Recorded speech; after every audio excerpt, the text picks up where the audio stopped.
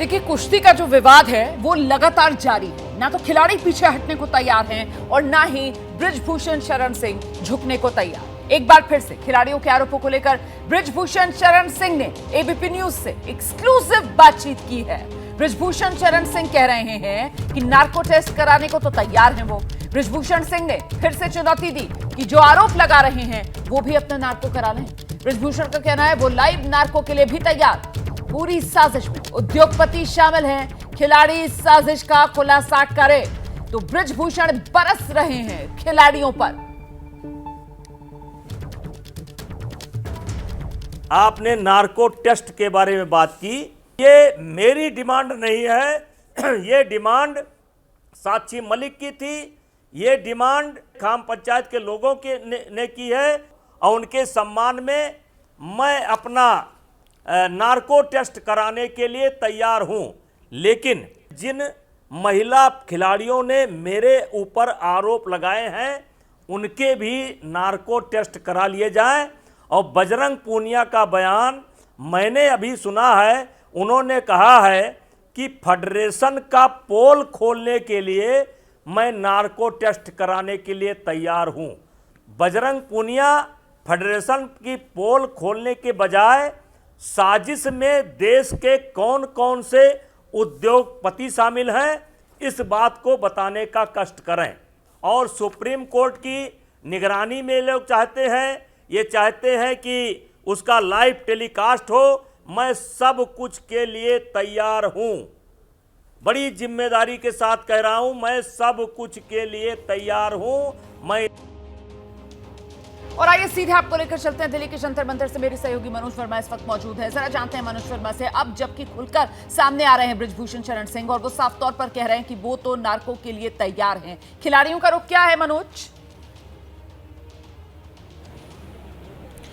जी बिल्कुल, देखिए रोमाना, मैं आपको बताना चाहूँगा जंतर मंतर पे इस वक्त मैं मौजूद हूँ। खिलाड़ियों से मैंने बात करने की कोशिश की लेकिन कोई भी खिलाड़ी इस वक्त अभी कैमरे पर सामने आने के लिए तैयार नहीं है। मैं यहीं जंतर मंतर पर हूँ और तस्वीरें मेरे कैमरामैन आपको राजेंद्र सिंह दिखाएंगे कि खिलाड़ी अभी यहीं पर अंदर मौजूद है। साक्षी मलिक अंदर मौजूद है। लेकिन हमने उनसे कहा कि जो बृजभूषण शरण सिंह ने जिस तरीके से जो बयान दिया है उस पर आप अपनी प्रतिक्रिया दीजिए। तो कोई भी जो खिलाड़ी है वो अभी इस वक्त बाहर आने के लिए तैयार नहीं है। और रोमाना, एक चीज़ और मैं आपको बताना चाहूँगा कि नार्को टेस्ट कराना इतना कोई आसान नहीं है। उसकी वजह यह है कि अगर पुलिस को ज़रूरत पड़ती है इन्वेस्टिगेशन में नार्को टेस्ट करवाने की, तभी ये नार्को टेस्ट संभव हो सकता है। यानी कि पुलिस इन्वेस्टिगेशन के बाद अगर पुलिस को लगता है कि हाँ हमें नार्को टेस्ट कराना चाहिए, तब वो अदालत में एक एप्लीकेशन लगाएगी। उसके बाद अगर अदालत कहता है कि हाँ नार्को टेस्ट करवा सकते हैं, तब यानी कि खिलाड़ियों की भी सहमति की ज़रूरत है इसके अंदर और इसके अलावा बृजभूषण शरण सिंह की भी सहमति की ज़रूरत है। उसके बाद नार्को टेस्ट होगा। तो जैसा कि कहा जा रहा है कि आप नार्को टेस्ट करा सकते हैं, सब कुछ हो सकता है, लेकिन ये तभी संभव हो पाएगा जब पुलिस चाहेगी। अभी पुलिस की इन्वेस्टिगेशन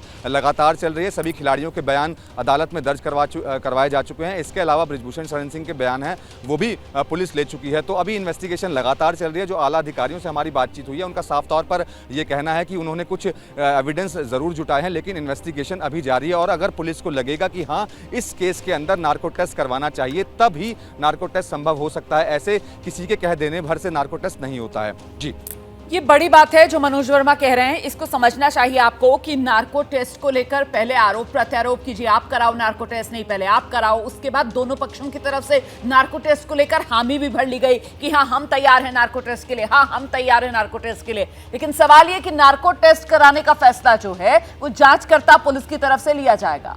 ऐसे में सवाल ये कि क्या नार्को टेस्ट से ही तय होगा ये पूरा मामला? क्या नार्को टेस्ट ही ये पहलवानों और जो कुश्ती संघ है उसके अध्यक्ष को लेकर घमासान का हल है? इन्हीं तमाम सवालों को लेकर बात करते हैं। हमारे साथ इस वक्त बेहद खास मेहमान किसान नेता राकेश टिकैत साहब जुड़ गए हैं। राकेश टिकैत जी, बहुत शुक्रिया एबीपी न्यूज के लिए समय निकालने के लिए। मैं आपसे जानना चाहती हूं सर, आपका अनुभव क्या कहता है? ये जो आर पार की स्थिति बनी हुई है, जंतर मंतर पर 1 महीना हो गया, आज बेटियां बैठी हुई हैं वहां पर, तो इसका हल कैसे निकलेगा?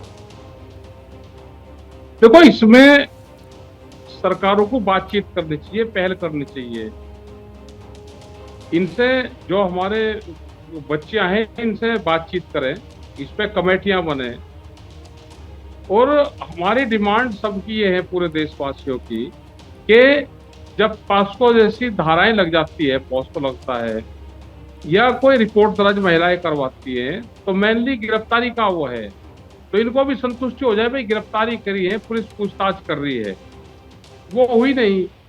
या फिर एक या अध्यादेश ले आए इस पे कि इस तरह की धाराएं जब लगेगी तो गिरफ्तारी नहीं होगी, तो कम से कम आगे सब लोगों को राहत मिल जाए। या इससे पहले जो गिरफ्तारी हुई तो वो गलत थी, तो बड़ा मामला तो यही है ना। आपको क्या लगता है कि क्यों गिरफ्तारी कानून के हिसाब से जो प्रक्रिया है उसके मुताबिक नहीं हो पा रही है बृजभूषण शरण सिंह की? अब सरकारें अंडर प्रेशर रहती है, किस उससे रहती है, सरकारें ये भी सोचती है कि हम अगर गिरफ्तारी करेंगे तो हमारी बदनामी भी होगी, सरकार की बदनामी भी होगी उससे।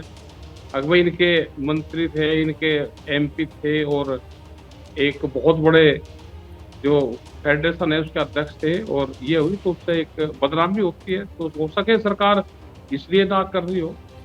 तो मतलब आप ये कह रहे हैं कि मोदी सरकार बदनामी के डर से बृजभूषण शरण सिंह का बचाव कर रही है?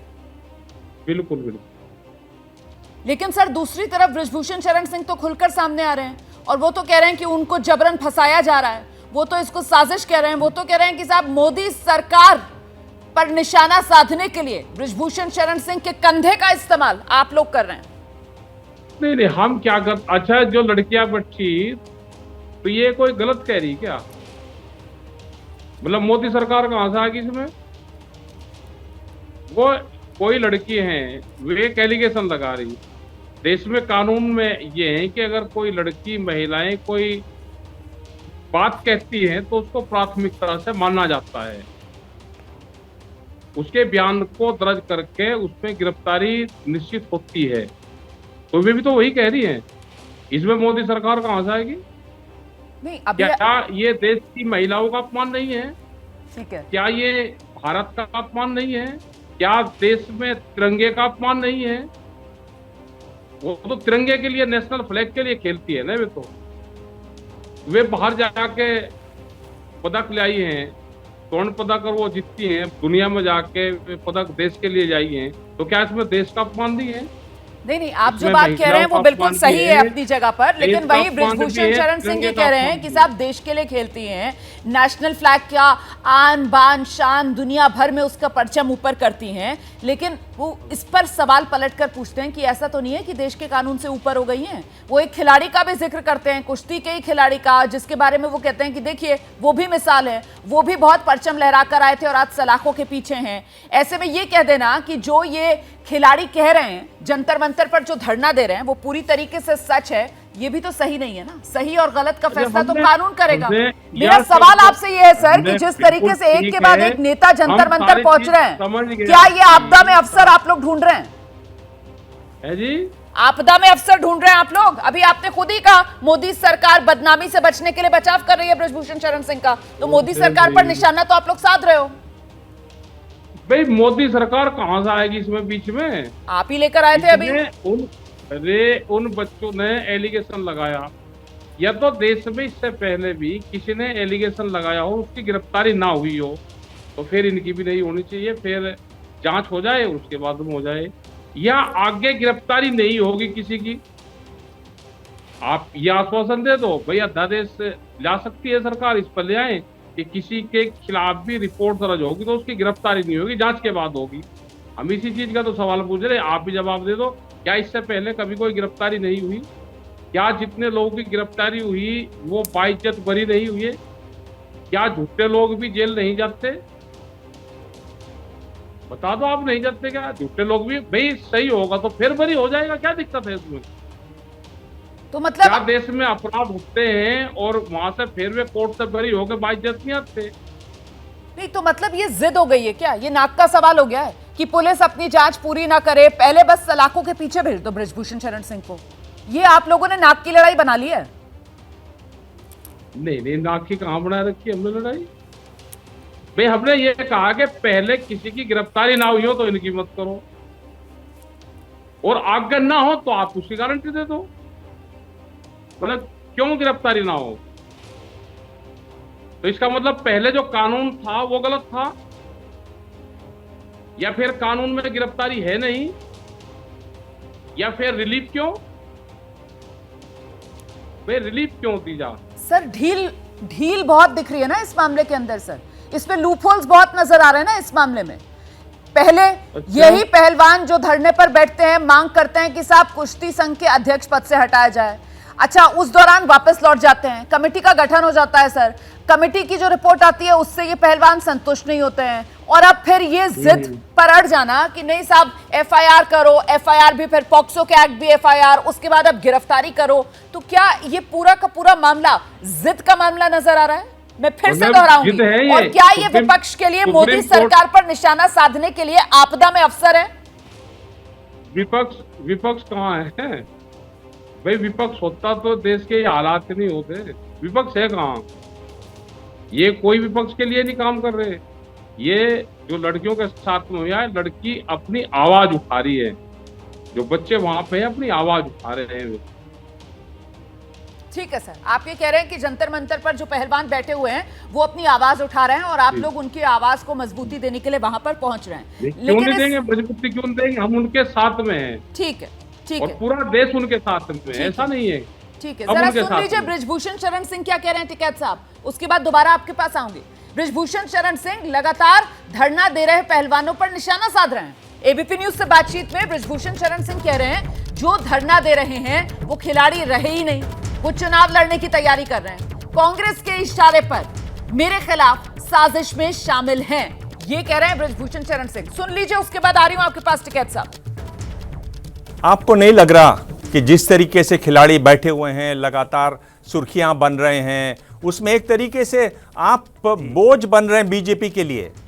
मुश्किल हो रही है पार्टी के लिए। नेताओं से पूछा जा रहा है सवाल। खिलाड़ी नहीं, खिलाड़ी प्रैक्टिस कर रहे हैं, जंतर मंतर पर धरने में नहीं बैठे हैं। कहाँ के खिलाड़ी? ये कहाँ के खिलाड़ी? खेल हो चुका है इनका। अब ये चुनाव लड़ेंगे, हुड्डा साहब जिंदाबाद, कांग्रेस पार्टी जिंदाबाद, चुनाव लड़ेंगे।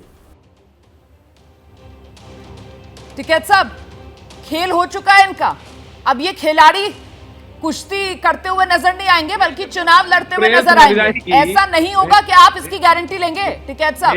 ये कह रहे कि सारी प्रेस जब पक्षपात करेगी और एक पक्षीय कार्रवाई करेगी, जिनके खिलाफ बच्चों ने सुप्रीम कोर्ट ने मुकदमे दर्ज करवाए हो उसकी पैरवी करेगी, जब जज वकील बन जाएगा तो इनको सजा तो निश्चित है। भाई प्रेस को कह रहे हैं कि उसका प्रचार जाते है, इनका काम है। हमने दो चीज कही है, या तो मुकदमा दर्ज अगर किसी के खिलाफ हुआ है उसकी पहले गिरफ्तारी ना हुई हो, ठीक है, या आगे की गारंटी ले लो कि आगे किसी की गिरफ्तारी नहीं होगी, या जिनकी गिरफ्तारी हुई है वो बाइज्जत बरी ना आए हो, वो बता दो हमको।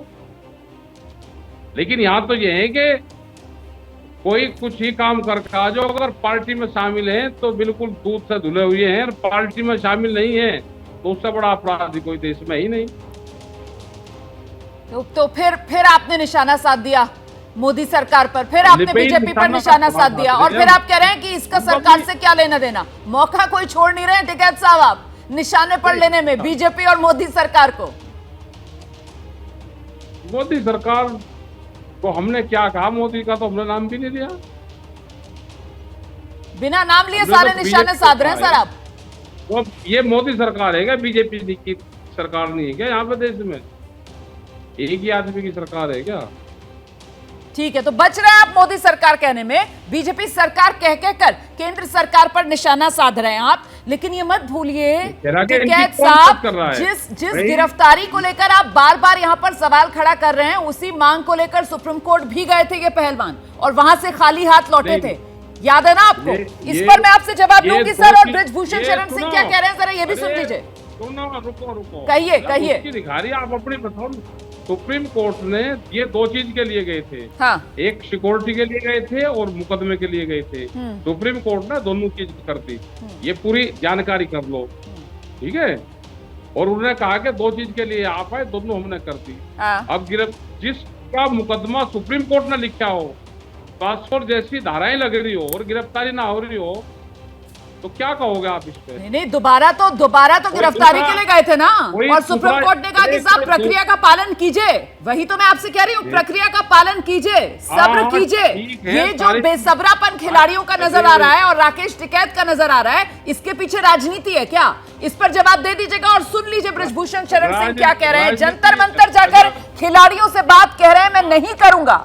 विवाद खत्म क्यों नहीं करते? जब यह सवाल पूछा गया बृजभूषण शरण सिंह से, तो साफ साफ उन्होंने कह दिया कि मैं तो जंतर मंतर नहीं जाऊंगा। विवाद के लिए वो कह रहे हैं और लोग जिम्मेदार हैं जो जंतर मंतर पर धरना दे रहे हैं। सुनिए जरा। जाइए ना जंतर मंतर, इनसे कहिए ना, हाथ पकड़ के लाइए ना बजरंग को, कहाँ कहिए जाए? चलो कुश्ती करने चलते हैं। ये जगह क्या नहीं है करने? तुम्हारी जंतर मंतर।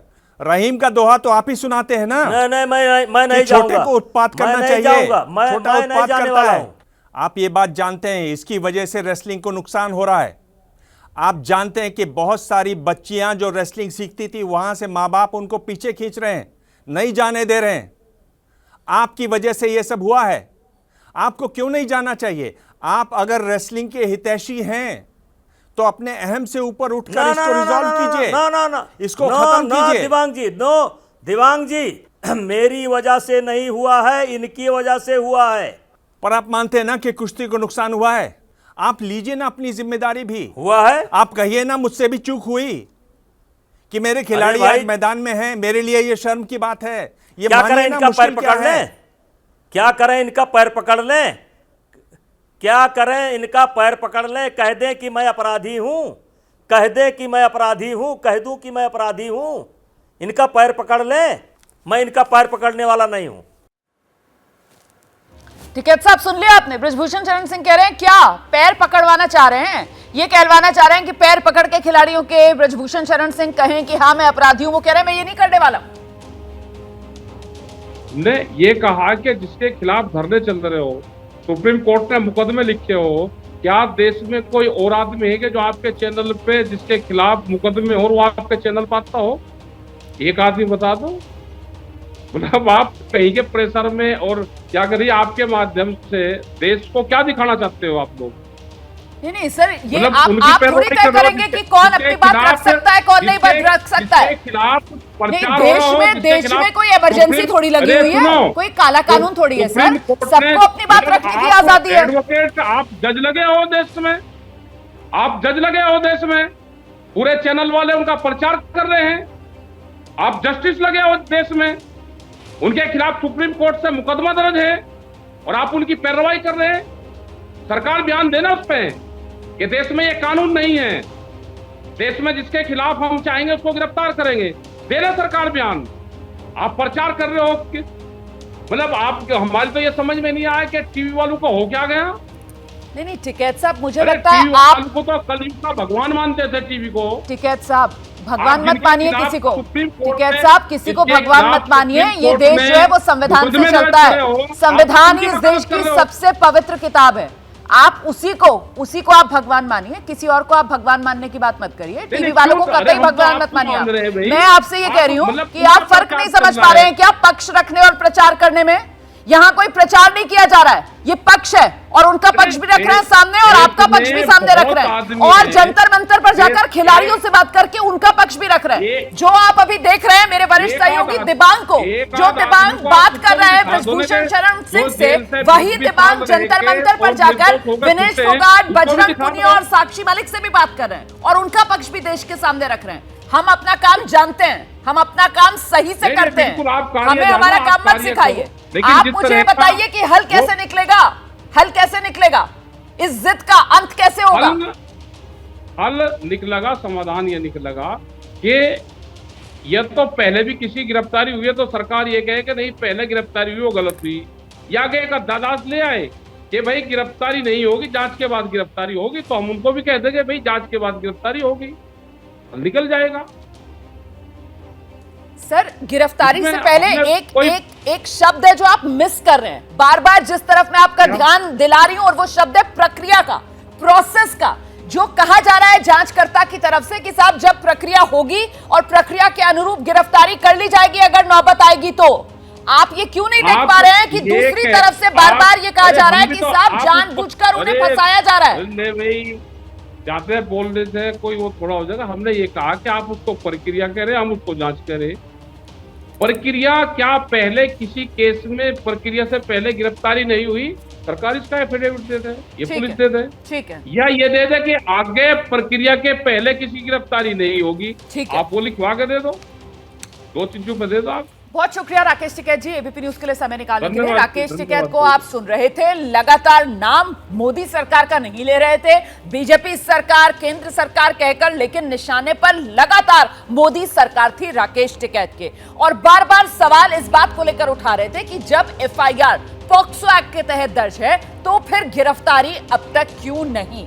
यही वो सवाल है जो बेचैन कर रहा है। जैनेंद्र जंतर मंतर से हमारे सहयोगी इस वक्त जुड़ गए और उनके साथ जो पहलवान मौजूद हैं, उन्हें भी यही सवाल बेचैन कर रहा है। जैनेंद्र,